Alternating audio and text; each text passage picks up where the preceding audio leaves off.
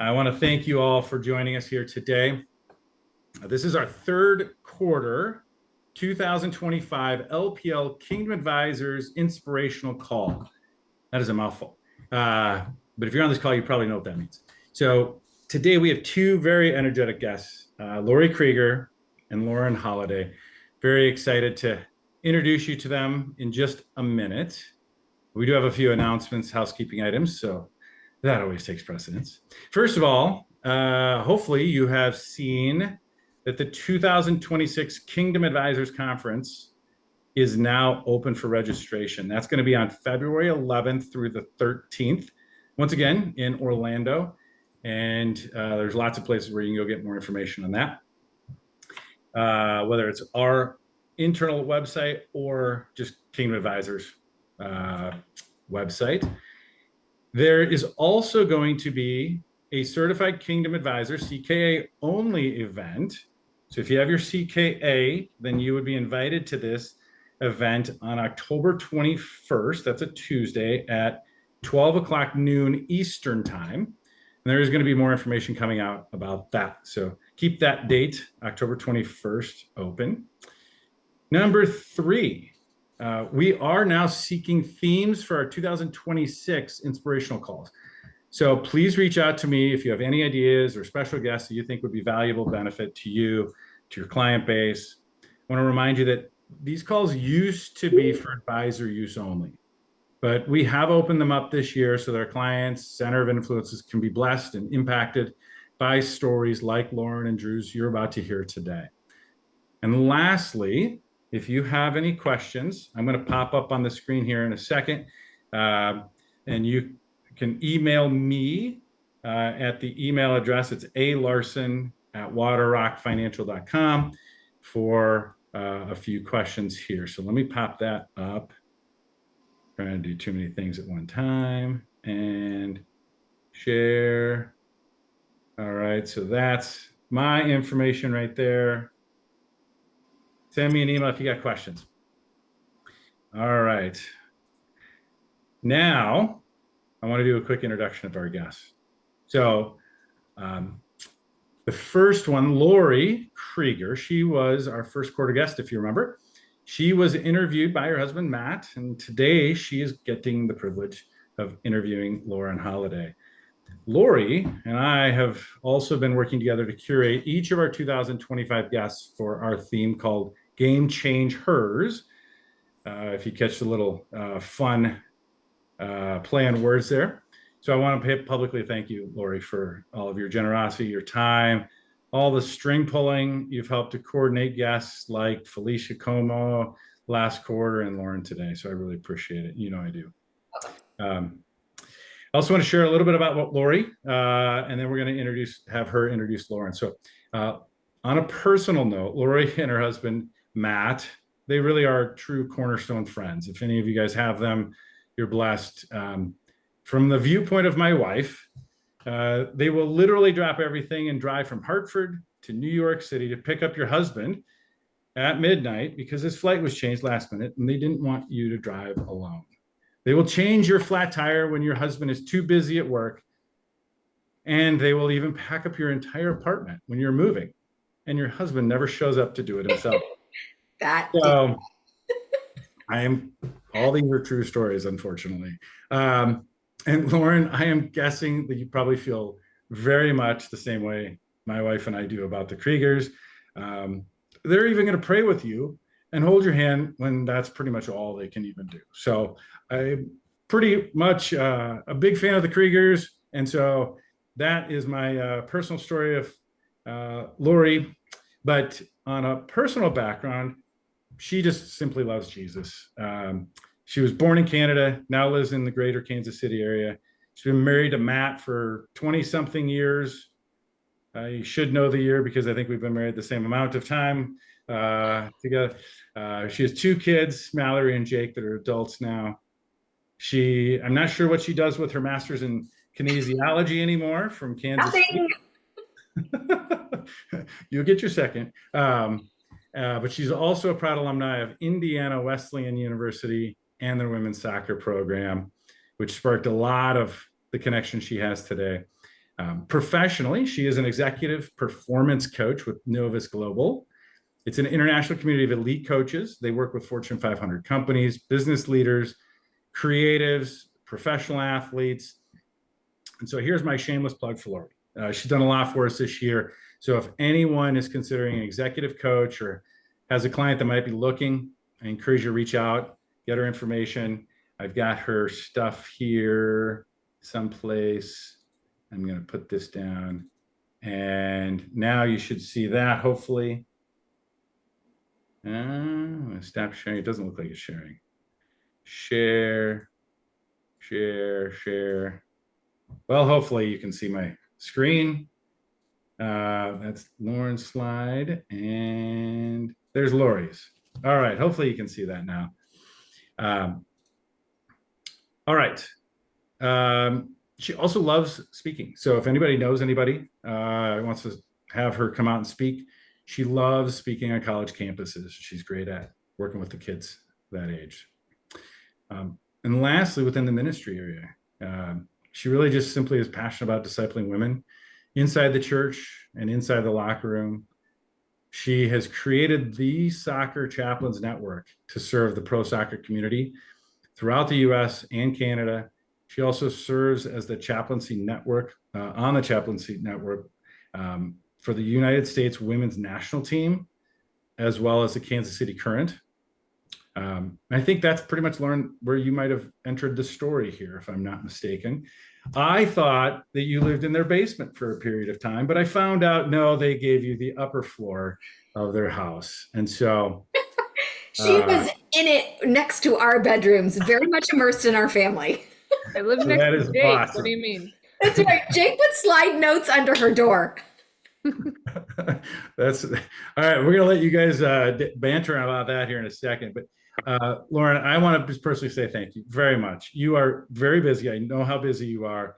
I know the crowds that you generally have the privilege of speaking in front of, and I know they're a lot bigger than our crowd here. But I also know that you can impact one person if you're talking to one person. And so the time you're giving today, the gift of your story is really a true blessing. I've heard it secondhand from Matt and Lori for a number of years, and it's a true honor for me to hear it firsthand from you today. So, Lori, I will turn it over to you, and you guys can have fun chatting. Oh, we will. Thanks, Aaron. And also, just to clear it up, I know you said that I built the soccer chaplaincy, but that would not have happened without the partnership with Lauren Holiday.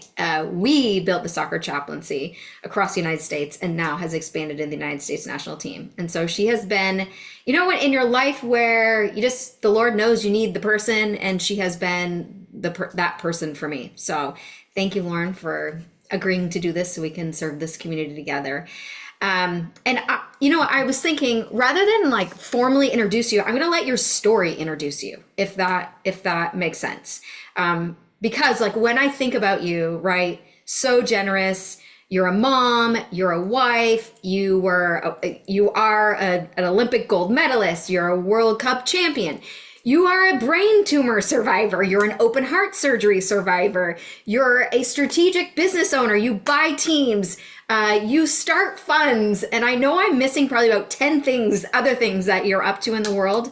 But when you think about all of these roles and ways that the Lord has positioned you, and you think back over your life, is there anything about your story that surprises you? They're like, oh, I had no idea that was coming.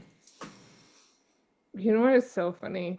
When I think back and I'm like, oh, what is like the most surprising thing about my story? It would be being mom. Because if you asked my siblings, they would be like, you couldn't even like take care of yourself for 2 seconds because I'm the youngest, I'm the baby. So I think like sometimes I'm like driving my kids to school and I'm like, who gave me them? Like, who trusted me with these two beautiful souls? And so I think when I like look at my life, everything else, I'm like, oh yeah, I got that. I'm good. And then I look at my kids and I'm like, wait a second, who told me to do this? And I think that they're my biggest challenge, but also my biggest joy. So Mm. I would say that that is definitely the most surprising thing is like out of everything, I feel like I knew like I could do it. And Mm. then parenthood, it like shakes you, it rocks you and in all the greatest ways. But I would say that. Yeah, kids have a way of refining us, I think. The Lord's so sovereign in that, revealing. Actually, let's start there then, since that is where you went to with surprise. Let's go to let's go to when you were pregnant with JT. Will you tell a little bit around the part of your story as when you became a mother, and you'd share that part of your story with them? Yeah. So it's funny now I feel like retiring from soccer it was a part of that story of me starting a family. So my husband and I got married in 2013. He plays in the NBA. I was still playing professional soccer. We lived in two different states. I lived in Kansas City, not quite with Lori yet, but it would happen. And he lived in New Orleans at the time. And that was like really obviously trying, but we had done it our whole relationship. But there was something like on my heart in Kansas City that first year that was telling me like, hey, you're almost done. Like it's almost time for you to be done. And Hmm. I couldn't put my finger on what it was exactly. I thought, oh, I have more to give, or there, this is a selfish lifestyle. And then I got pregnant. I ended up retiring in 2015, but I got pregnant with my daughter a couple months later. And immediately I started having, weird symptoms. And I think I told you, I think I told everyone that was close to me, like, pregnancy is Yeah, weird. I'm like, I Like, can't feel my face. I'm like, yeah, I'm like, it's so weird. I can't feel the right side of my face. Sometimes I'm driving, I forget where I'm going. I don't have any balance. Like, I'll try to do a single leg squat, I fall over. And so I remember thinking, like, gosh, pregnancy is weird. And 6 months into it, I started to notice like, hey, it's not weird, something's really wrong. And I could feel it. Like I remember like going to sleep at night and I'm like, Lord, what is it? Like, I don't want to lose my daughter. I don't want to lose, I don't want my husband to lose his wife and his daughter. So I started to ask questions and it started to become increasingly noticeable that something was very wrong. And I could feel it. Like it was a deep, like I knew something was wrong. And I remember one night, Drew was out of town. I was in New Orleans for my doctor's appointment. Drew was in LA training for basketball. And I woke up with the worst migraine I'd ever had.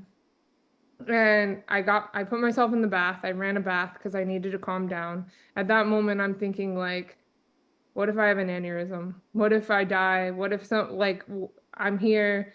And the next day I called the doctor and I demanded an MRI. I'm like, hey, I know that something's wrong. I know you don't want to do an MRI for a pregnant person, but I know something's wrong. Um, I went to the doctor. They gave me an MRI. I'm in the MRI machine. It was an older gentleman. He pulls me out, and I knew right away. Like I could see on his face. And he asked me, "Can you not go in the waiting room? Can you wait right here? The doctor will call you shortly." I had my friend Naomi with me. She didn't want to be there, by myself. And I get a phone call, and it's the doctor, and the doctor says, "I have good news and I have bad news." Because leading up to this, I had been diagnosed with MS. Like people had said, "Oh, we think it's MS. We'll reevaluate after you have the baby." So he says the good news is you don't have MS. The bad news is you have a massive brain tumor. And mm, at that time, he said he believed that the brain tumor was growing with the pregnancy. So the that were causing my child to grow were also causing the tumor to grow. Um, Fast forward, I went to a few different hospitals. I got second opinion from Duke and decided that I was going to move to Duke, deliver my child, and have brain surgery 4 weeks later. mm, yeah. Yeah. And I remember like being in disbelief, being like, I don't know, when you hear brain tumor, you think, for me, I thought right away, like a death sentence, or what does this mean? Like, can I carry to term? Can I not? But immediately, like when I met my doctor, my first question was, how do I make sure that my daughter is okay? And I think that in that moment, he met me where I was, and he knew that that was my first priority. And he told me, like, you just have to get to 35 weeks. The Mhm. IQ between a 32 weeker and a 35 weeker is vastly different. And if anyone knows me, all you have to do is tell me or give me a challenge, and most likely I'll get there. So him saying 35 weeks, in my mind, like I had no other option. I had to get to 35 weeks. Once she was delivered, I just had all the confidence that I would be okay. But I remember, Laura, like I remember when I called you, you were in Colorado, you had no service. Mhm. Um, and I called to tell you that, I had a brain tumor and we could barely talk, but it was super emotional. I remember thinking like after that on my journey, like I couldn't even pray. And I remember telling you all the time, like, Lori, I can't pray Mhm. because every time I try to find the words, all I want to ask for is my life. And I can't find it in me to ask for God's will to be done because if his will is for me not to be here, I Mhm. don't want it. And I Mhm. remember you saying, it's okay to ask for your life. Mhm. And I feel like that was like a huge step in my faith to be able to say, like, I am not just saying God's will be done, and I'm not just reciting a prayer. Like, I'm literally crying out to the Lord. And I feel like that was the first time in my life that I fully surrendered, but I was also asking for what I wanted. And that's a different type of surrender. Yeah. Yeah, I remember being post surgery with you, sitting there, and Drew had gone out, and it was just you and me, but you were asleep. And I remember you just like opening your eyes, and I was holding your hand, and that's exactly what you said to me. You're just like, will you pray for me? And I'm like, of course. That's like literally why I am. Well, I'm here for other reasons as well. But the Lord spoke to you very specifically, like a short phrase when you were going through that. Do you remember? I'm Yeah. guessing what you do remember. Yeah, will you share that? Yeah. So I remember like telling my close people, Drew, you, like my very close family and friends, like I was struggling. I was struggling to pray. Every time I went to church, I just like broke down. Not it was never that I lost faith in God. There was never like a question of like, is this real? Is this, like, how could you do this to me? I never felt like forsaken, Mm-hmm. but I was so concerned that my faith wasn't where it was supposed to be because I could not ask for God's will to be done because I really, really wanted to be a mom and I really wanted to raise my daughter. And so I remember like when I couldn't pray and when things got really hard, like I used to run fitness, obviously for soccer, and I used to tell myself, you can do anything for 1 minute. You can do anything for an hour. You can do anything for 30 minutes. You can do anything that the beep test tells you to do. Like it's only 12 minutes long. Like I would map out all of my fitness and I would tell myself, you can do anything for that amount of time. And I remember like going through the brain tumor when the headaches were really bad. I mean, at that point, my tumor was so big, there was no room left in my brain. Like I was having headaches all the time. And I would just say, like, Lord, there may be pain in the night, but joy comes in the morning. And I would repeat it over and over and over until either I fell asleep or the pain went away or I was able to calm myself down um, to just be level. But I realized like months after I had my daughter, um, that one day I was just like sitting there watching her and I was like, joy came. Like Mm, it does come. It may not be tomorrow, it may not be the next day, but like joy comes in the morning. And sometimes we forget it. We mm-hmm. forget while we're in the suffering. We forget in the suffering that joy is coming. And then when it does come, we have let suffering consume us so much that we forget to acknowledge that the joy came. Mm-hmm. And I feel like now I get to see that every day with both my kids. Mm-hmm. I think we just found the name of your book. For real, like maybe like joy in the morning. That's such which when like we're just going to pivot here to a different part of your story because it also that's a thread that I've seen in your life is joy. Because when you used to compete and when you used to play, I remember you saying, I want people to see that I have joy, even though like you're, yeah. So do you want to speak to a little bit about your playing career and how joy was like an important fuel source for you as you would compete on the world's biggest stage? Yeah, I think when I like when you name all the things of my story, like I think of I'm like, oh yeah. And when people ask me like, oh, what would you want to speak on? Or, we want you to speak on resilience. And I like think of my story and I'm like, it's not my story, it's who I am. Like I am an overcomer. Like this is who God made me to be. And in that, I think that the power of Christ and the story that's there is that God has never let me become bitter. God Mm, has never, like, I have always had the joy of the Lord in my heart, and that has overcome everything. Like, I had open heart surgery when I was 3. I grew up in a family that, like, we weren't always in church. My mom raised us in the Lutheran church, but I wouldn't say that everything was, biblical or whatever. But I thank God that she did raise us in the Lutheran church.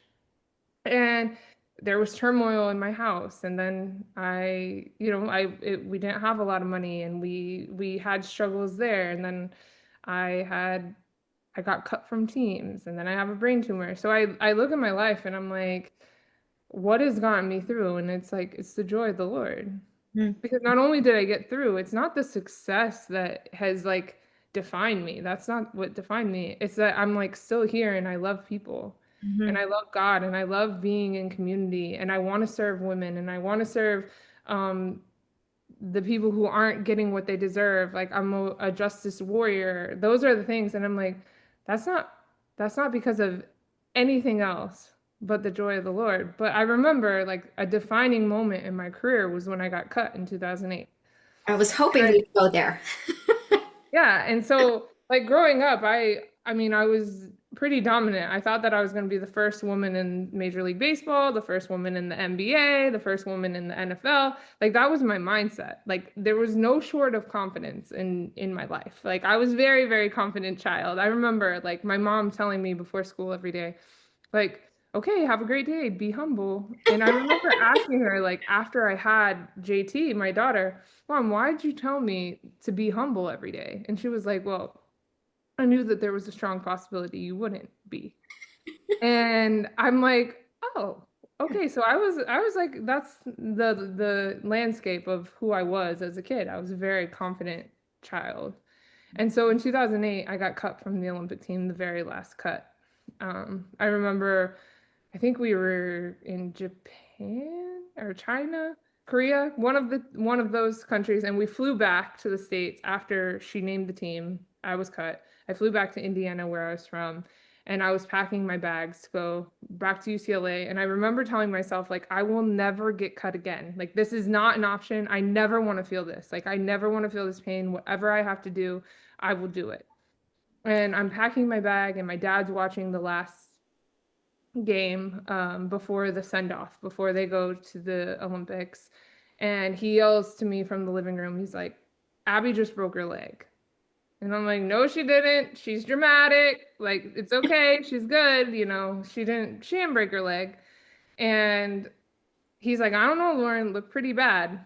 And so I just keep packing, not thinking. And maybe 10 minutes later, I get a phone call from Cheryl Bailey. She was the GM at the time. She was with the national team. And she's like, hey, we want to invite you to the Olympics. And then I'm like, okay. And I get a phone call from, it says Abby Wambach. And I answer it and I'm like, hey, Ab, how are you? And she's like, I'm 97% sure that my leg is detached from my body. And I'm like, you're dramatic, Abby. You're going to be okay. And she's like, no, Cheney's my maiden name. She's like, you're going to the Olympics. Like, you deserve it. And I remember like hanging up the phone. My parents are in the other room. I don't want to tell them because I wasn't excited. Like, I wasn't happy. I actually was a little bit ashamed that everyone would know that I was the last player on the roster. that like this was not the way that I wanted to make the Olympic team. This was not the way I envisioned my dream. And I remember like in that moment telling myself like how am I going to do this? Like what am I going to do? And I remember thinking, how can I contribute? And my contribution could be to make everyone around me better. And that was when I had a mindset shift for the first time that no longer was it all about me. It was more so how do I serve my team to Mhm. make them better? Because if I was going to be there, I definitely wanted to win. And so I got there. I knew I wasn't going to see a minute. I didn't play in the first 3 games. It's the quarterfinal, and I'm warming up, and I hear my name called. I don't have my shin guards on. I run to the middle line, and she's like, "You're going in. Don't put my shin guards on." I just sub in, and I was the first sub off the bench for the rest of the tournament, and I won my first gold medal. I love that story because didn't you create Team Annoying or Team Obnoxious that you would cheer so much for your teammates? What was it called? Yeah. Yeah, so there were 3 of us. They were pretty young, Tobin Heath, Amy Rodriguez, and I. And on the bench, they would call us Team Annoying because Team Annoying. our goal was to be so loud that everyone heard us. And I think we were pretty annoying to everybody else. But committed to encouragement you were. Yeah, Yeah. when you look back over all of your soccer stories, do you have like a favorite? You're like, oh, that was the best moment. Like I loved that moment. Do you have one that sticks out that would be a favorite for you? My best, like, like Favorite? Yeah. field moment. Sure. I don't know, that's hard. I think the 2011 World Cup when Abby scored against Brazil to send us to, I think it was the quarters or semis. Yeah, semis. Um, in that moment, like our team, the way that we gathered together and just that was like such a beautiful moment and one of my favorite soccer moments ever. Mhm. Also, like knowing I was retiring after the 2015 World Cup and scoring a volley in the final, that Win the gold or not, the World yeah, Cup. to win my first World Cup, I would say that was pretty. Yeah, I about passed out. I was cheering so loudly. Um, it felt like the air was getting sucked out of the stadium. Mind you, we were scoring a lot of goals really quickly. So the Yeah, cheering was coming uh, on top of each other. Yeah. yeah. Okay. So as you look at your soccer career, how do you feel? And now, like what you're up to in the world, right? You are starting foundations, you're buying teams, you are a strategic business leader. How do you think soccer prepared you for what you're up to now in the world? Yeah, I think sports in general, the they have a way of refining you, Mm, pushing you, and creating a leader if you so wish to be that. mm, But I think really and truly how sports has helped me is the way that you get to know people and the way that you read people. Like being a part of a team is so special. And I think about like Jesus and I think about his disciples and like never is there a time that there wasn't community, right? And I feel like when I played, I didn't realize how important that community was until I was older and I had that defining moment in 2008. mm, And I think that that's what prepared me. So my obsession became, how do I make everyone else better? mm, And it's like, can I make you better if I don't know you? mm, No, I can't because I don't know what makes you tick. I don't know what you despise. I don't know what you love. And so for me, then it became my goal, not only like as a person, like in my faith to get to know people, it was also like my secret weapon. Like if I could genuinely get to know you and I could get to know what makes you tick, to get to know what works for you, what you're striving for. Because if you don't know why someone's playing for something, then mm. how could you motivate them? That's good. And so that was really, I feel like, how sports has prepared me for everything else in life. Like if you don't know your kids, if you don't take the time to get to know like what works for them and what doesn't. Like my daughter, honestly, I could spank her 100 times and she would just like bare her teeth at me and say that didn't feel good. Like she wouldn't care. That would not get to her. But if I separated her from like from social Mhm. it would drive her insane. But it's like, as you get to know who you're working with, as you get to know like everyone around you, I feel like that is how sport prepared me the most. And then it's like, how do you do that in hard times? Mhm. Mhm. Because in adversity, do you go back to yourself like, hey, I can do it all? Or are you able to uplift the people around you? Are you able to give them the tools? Are you able to empower them enough that now you're all stronger together? And I think that that is truly how sport has like changed me, changed the way that I'm able to work with people and the way that I can be successful. Mhm. And especially since you just said empower people, create community, make people around you better. That's a beautiful segue into what you and Drew have created in the last for the last 5 years. Will you share a little bit about the JLH Fund, how it started, your heart behind it? Yeah, definitely. And I want to touch on what we were just talking about and like Yeah. in service leadership because Yes. I feel like people think that service leadership is like, oh my gosh, they're so like humble and they're so, servant minded and all that. Like, to be clear, you can do that and still have like I was a servant leader because I wanted to win. Right. Like Right. my love for winning was so great that Mhm. I had to be who I needed to be for us to do that. And Mhm. so I think sometimes people think like, oh, well, oh, they're a saint or they're this or Right. they're Or that. they're soft because They're they're a soft servant. or Yeah. that's not my personality. And I'm like, no, it's a choice. Mhm. Like to show up as a servant Mhm. in leadership is a choice. Mhm. And it's kind of asking yourself, well, what do you want more? And I think that the more you practice it, the easier it is. Like now that's just how I show up. I feel Mhm. like that's just how you show up. But I do think that it's actively a choice at the beginning. Mhm. But yeah, so the JLH fund started in 2020 during the pandemic. I was pregnant with my son at the time. Um, I wish my we husband, should have put a slide with a picture of your kids. They're so cute. Okay, keep they are going. cute. They're pretty cute. But I was pregnant with my son at the time. I think my daughter was 3, and they had just canceled the NBA season due to COVID and Rudy Gobert uh, using the microphone, whatever. And so they canceled the season, and COVID was full on. And I think it was maybe a month later, I don't know the timeline exactly, they decided that they were going to finish the NBA season in a bubble. And everyone was going to go to Orlando. And my husband was really, really struggling. He was like, you're pregnant with my son. There are all of these things happening in the world. There's a global pandemic. George Floyd had just happened. There was a lot of police brutality against Black and brown people, and people were disproportionately affected by the pandemic, specifically Black and brown communities.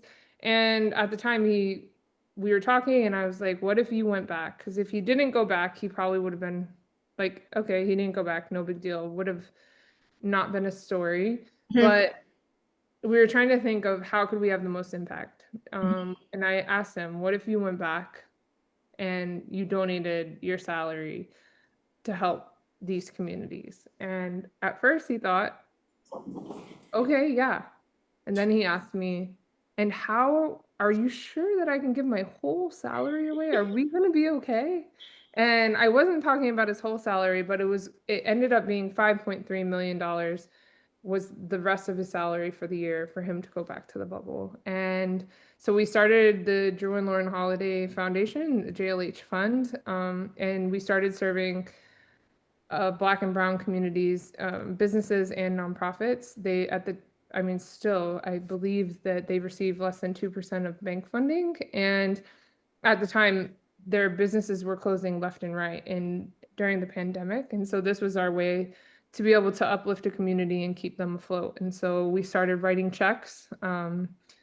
People would write in and say, hey, we need $7,000 to pay rent and keep our lights on. And we would write the check. And it has now evolved over time. They get coaching, they're part of a cohort.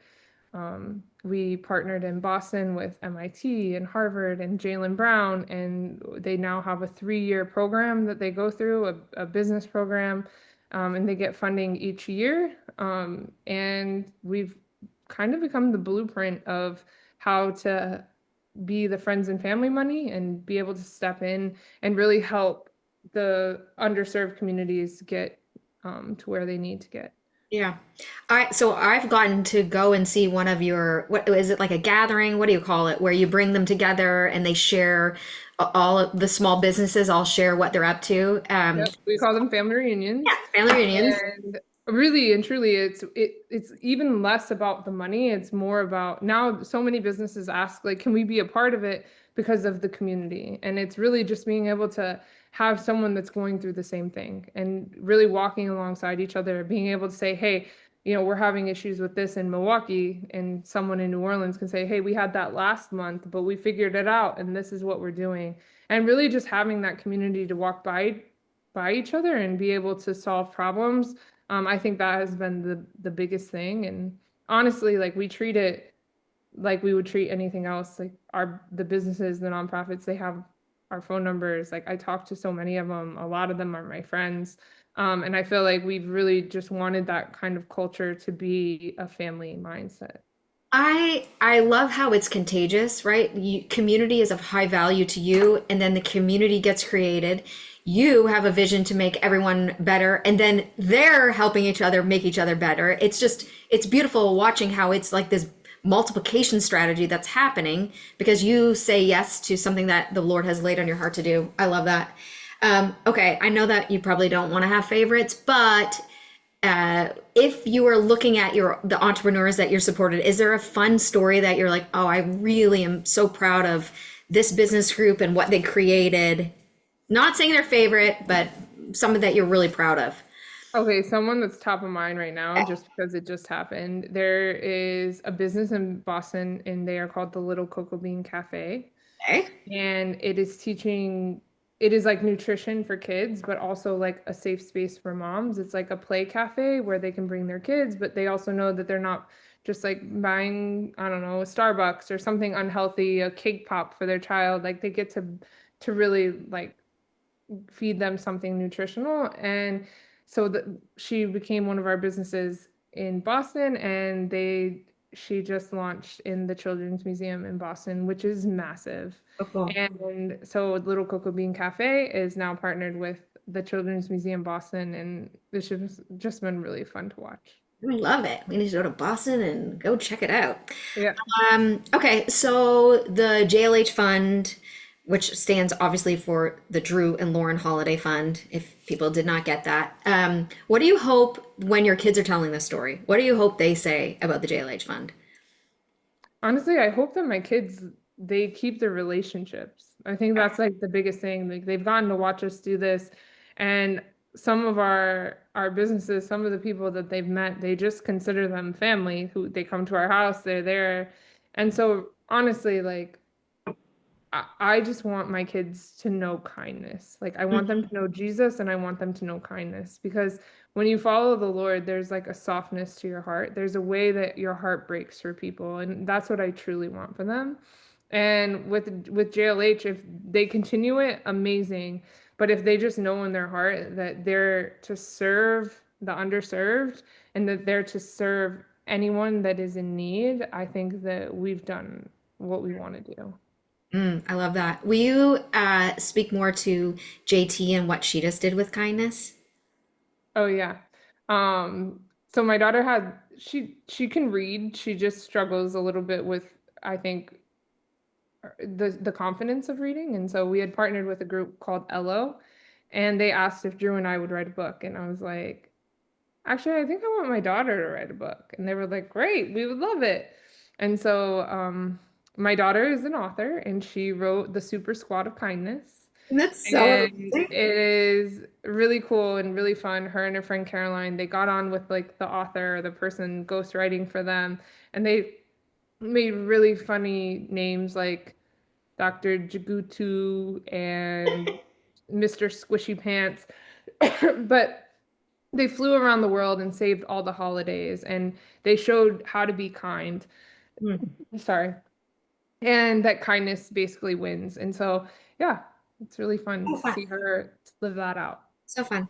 Okay, since we are speaking to Kingdom advisors for the most part, I know that some other people will get a chance to also watch this video. Um, if they have clients who would like, or maybe they themselves would like to get involved with the work that you're doing on the JLH Fund, how would they get involved? How would they learn more? How would that work? Yeah, I think jlh.org or com. Okay. Sorry, I'm not a good Okay. plug on Oh, jlhfund.com. jlhfund.com. Okay, there it is. Yep. And then honestly, like if you write an email, we're pretty open. There's a woman named Renee King that, she's my other half in this that helps us keep everything organized. We would love to talk to you. You honestly, I would get on a call with anyone who would like to know more. You can scan here if it seems like something you would want to be a part of and donate. Um, yeah. Amazing. Okay. What's something that you're up to right now that you're really, I mean, there's a lot of things that you just said, but what are you most excited that you're up to right now? Oh, what am I most excited about that I'm up to right now? Well, I did just move to Portland. Okay. And getting to know community here, I feel like is exciting to me. I have like a refreshed, I mean, we're old on this team. Drew's the old man. So I'm really excited to like really pour into this community. Um, I don't know, Lori, I have a million I ideas. know you do. I know you do. But maybe I you have don't so want to make many them ideas. public. I'm like, what am I supposed to just like tell you guys all my Yeah. ideas? No, no, no. Maybe we don't make them public yet because they're just to Um, be informed, right? Like Nehemiah said, I had not letting people know what the Lord had put in my heart to do yet. So maybe you're still in that Nehemiah surveying the land first.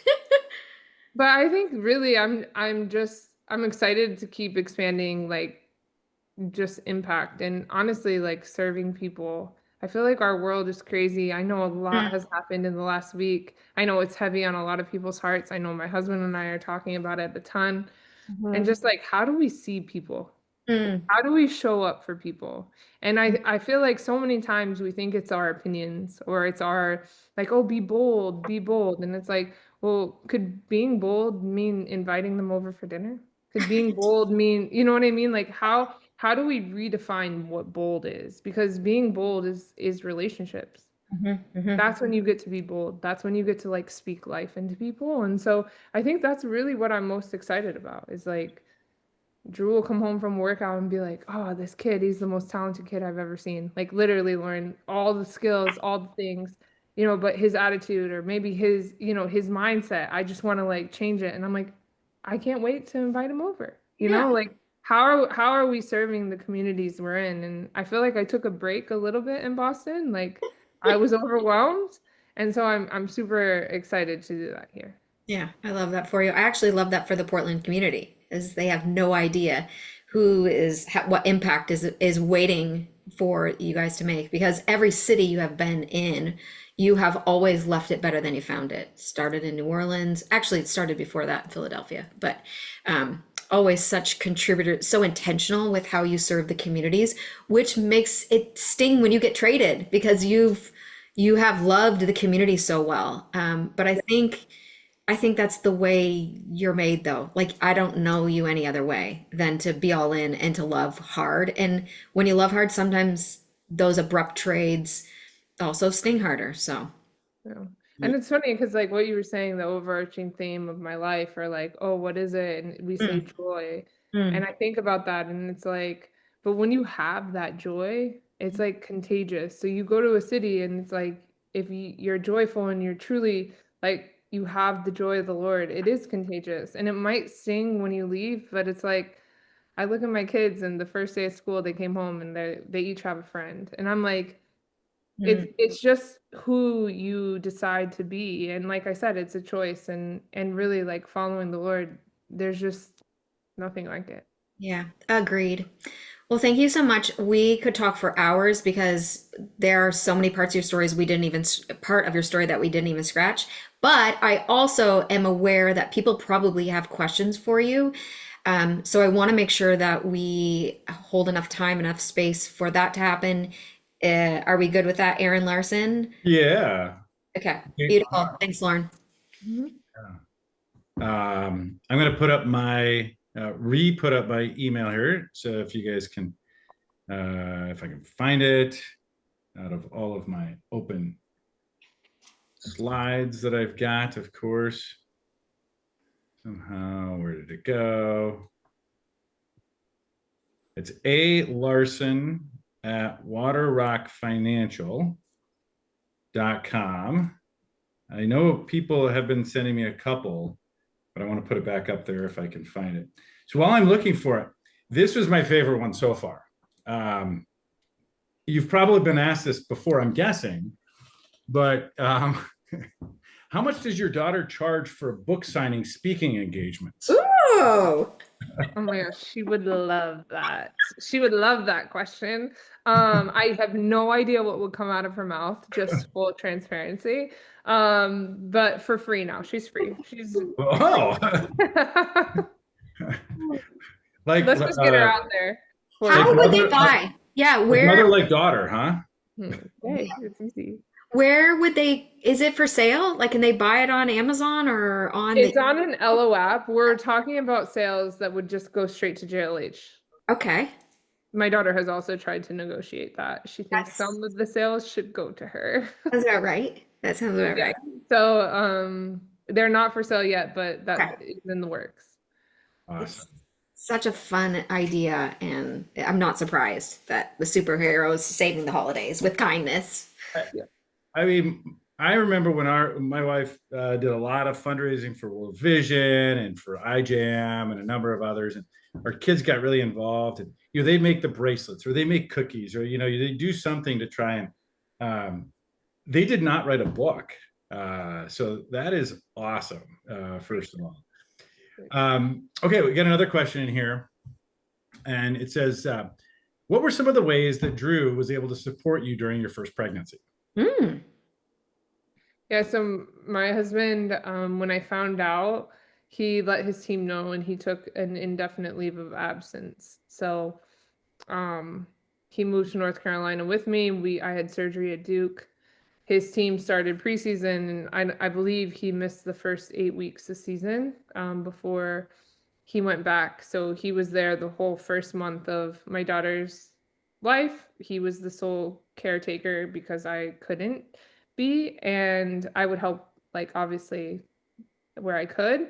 And then the whole second month, I was recovering from surgery, and he was there. So super supportive. He was praying when I couldn't pray. He was always there with me, but he was also not only that, like, dealing with family is a lot during that time. Like, now being a mother, my parents were grieving. They were, they've been through open heart surgery with me, now brain surgery. There was a super, they were very sad and heavy, and so he managed all of that phenomenally. Mm. Yeah, it sounds like you both have had. I mean, you grew up Lutheran. I grew up Lutheran, and I don't know how how what Drew's how he grew up, but it sounds like I'm guessing that this moment strengthened not only your own personal relationships with each other, but also within your faith relationship itself. Is that a fair statement? Yeah, for sure. Drew grew up like in the church. When I say in the church, I mean like Sunday, Wednesday, Saturday, like in the church. He was that's how he was raised. So for him it was the same. But I do think like his faith was like always, you're gonna be okay and everything's gonna be okay. Like, and that was almost like him convincing himself, like he had to have that mindset. And it was maybe after everything that he had to reflect, or he got to reflect on what that faith journey really meant for him. So similar, but more directed towards you. The question came in, it says, I know that she has been a confident woman, but in uncertainty, what specifically has grounded you as much as anything? Yeah, I think in that's a really good question. In uncertainty is like giving up control. So like really truly surrendering and being like, Lord, this is you, and like I'm out. I think as an athlete, I was trained to control so much, you know, like I control my fitness, I control how much I practice, I control this. And so like really like learning the art of surrender in uncertainty, I think is the hardest. And I think it was easier for me to do for myself. Like when it was just the brain surgery. My daughter was safe and healthy. I felt like I could surrender, but surrendering my daughter, that was a lot harder. Like surrendering, hey, your will be done, whatever happens. I feel like that is a different level of faith. Mhm. Yeah. I think this, I was going to save this one, but I think it ties in really well. Do you have a specific favorite scripture or passage that you go to frequently, or maybe you did in those moments yourself, or even a song that came up with? Yeah, I mean, pain in the night, joy comes in the morning. That's Psalm. I don't remember which one, but Lori, do you know that? Is it Lamentations? Like, I don't know. I'm like, It might be. is it But that was something that I came Old back Testament? to. Yeah, that's something that I came back to a ton. And then Lauren Daigle. I listened to a lot of Lauren Daigle while I was going through that. And still, like my daughter tells me she didn't know who Taylor Swift was. And she was like, all you let me listen to is church music. But that I just feel like worship really like grounds me. So like that's what I listen to when I get in the car, everything. Um, it just gives me a chance to worship throughout the day. It is Psalm 30, verse 5. I know it was a There was a Lauren Daigle song as I was walking through it with her as well. It was like that you will make all things right. Like, and I would put that on repeat. Like, we're praying that you will make even this right that morning of your surgery. I'm like, You know, you have a good spouse when she's texting you. It was Psalm 30, verse verse 5. 5. So, Yeah. She and I quickly Googled it. she texts you that too, Lori? No, thank you, Mary. No. Um, let's see. So another question, shifting gears a little bit, but and you've maybe touched on this a little bit, but when being financial advisors, we are trained to say, okay, where do you see yourself in 5 years, and then make a goal for 10 years down the road.